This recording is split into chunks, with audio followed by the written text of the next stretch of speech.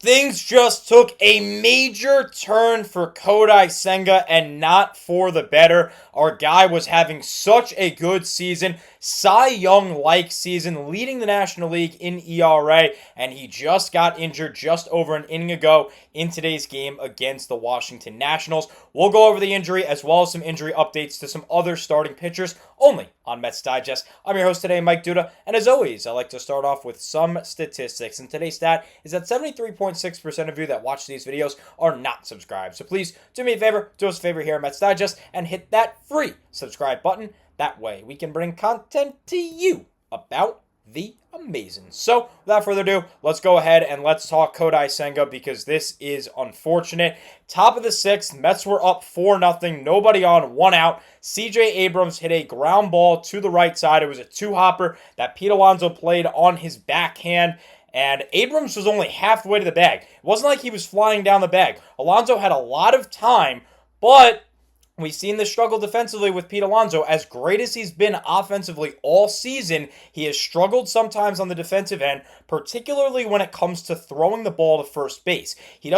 Sometimes he doesn't know when he needs to throw it hard and overhand it. Sometimes he doesn't lob it when he should. I personally believe that on this play, Alonso should have underhanded. He should have ran towards Senga and made an underhand flip towards him. But instead, he made the overhand throw and he overthrew it. Now, Senga, he wants the out. He's a competitive player. So he goes to get the out. He leaps. He catches it. He gets the out. That's great, right? That's another out in the inning.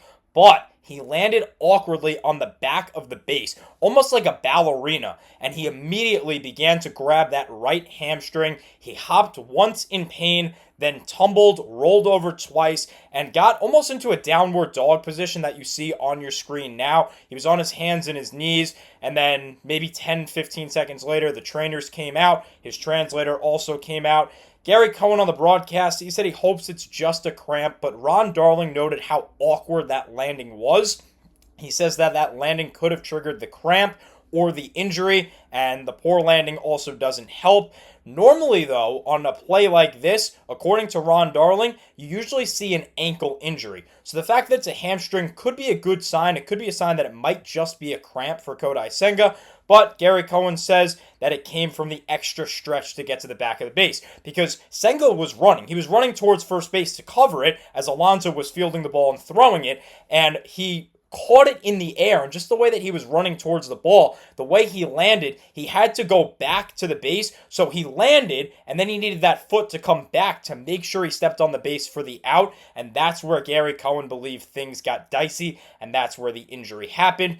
Good news on Senga, he got up on his own, he walked unassistedly down the tunnel, obviously he came out of the game, but there was a ginger limp for him. He definitely wasn't walking 100%, but the fact that he got up on his own and the fact that he walked on his own is definitely a good sign. He was having just another incredible day, 5 2/3, 1 hit, 5 Ks, 1 walk. And we look at his statistics this year. I mean, he has just been wonderful. These are not even updated stats for Baseball Reference.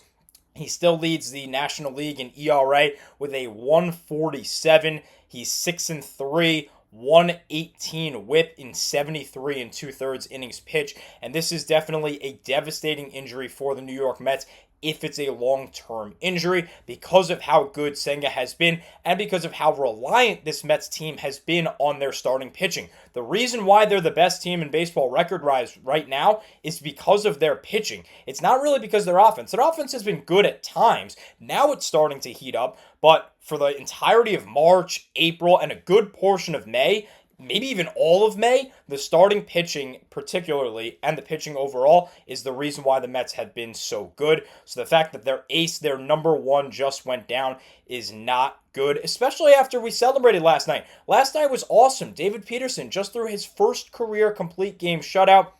And then today, Senga is just sheerly dominant, obviously giving up no runs because when does Kodai Senga give up a run? And then he gets injured on this play. I feel bad for Alonso because he was definitely upset with himself. You could see him putting his head towards his hands. He was not happy, obviously, with himself. And we'll just see with Kodai Senga. I'll bring you guys the updates when we get them. Unfortunately, there's no update yet. All that I'm seeing is that it's an apparent hamstring injury, and it makes sense because he reached for that right hamstring. This reminds me of when Senga got hurt last year on two separate occasions. It was with the left leg that time, and it was caused by an awkward play like this. So all we can do right now as Met fans is hope that Kodai Senga is okay and that it's just a cramp and he won't miss too much time. But given his history, unfortunately, it might not be so hot because last year he had a cramp-like injury where you have an awkward play at first base.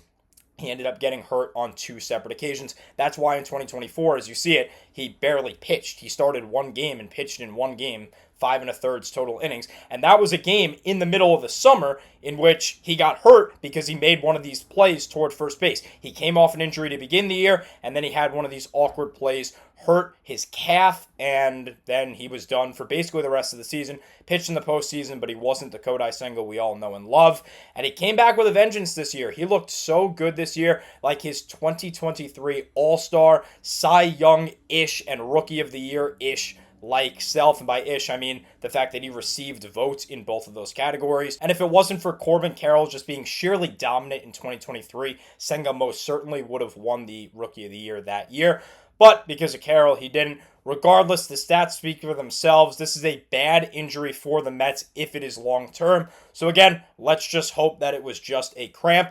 But let's speak a little bit positively because today has been a pretty unfortunate video. It's been a sad video that Senga is injured.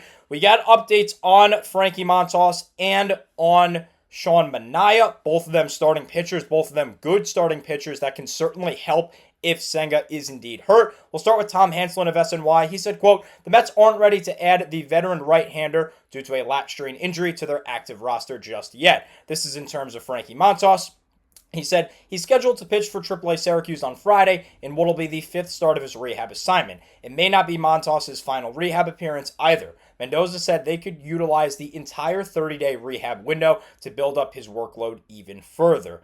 Now, he has a 9 flat ERA over 12 rehab innings, so Montas definitely hasn't been sharp in his rehab starts, but the skip, Carlos Mendoza, is not concerned about it. He said, quote, "This is kind of like spring training for him, and hitters now are in mid-season form, you know?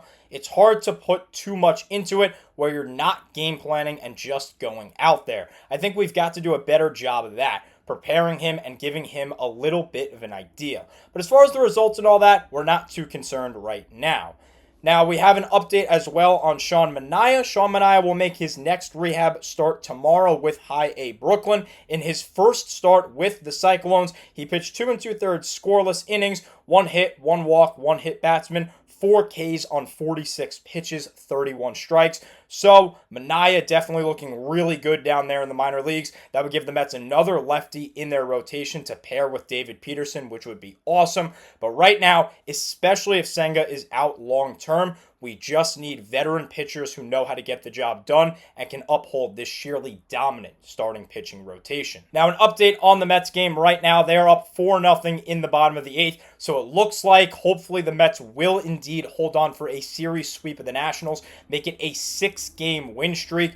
They're still the best team in baseball record-wise, but this Kodai Senga injury is definitely scary. I'll give you all the updates as we get them. Let's hope that it's just a cramp and Kodai Senga will be just fine. But just in case we do have updates on Frankie Montas and Sean Manaea, which I just went over, those two would be great presences veteran-wise if Senga is indeed hurt. And even if he's not, they beef up this starting rotation that could just use it. They're so good, but any rotation, as good as it is, could always use some extra help. So let's hope for Kodai Senga. Thank you so much for watching as always, and let's go Mets.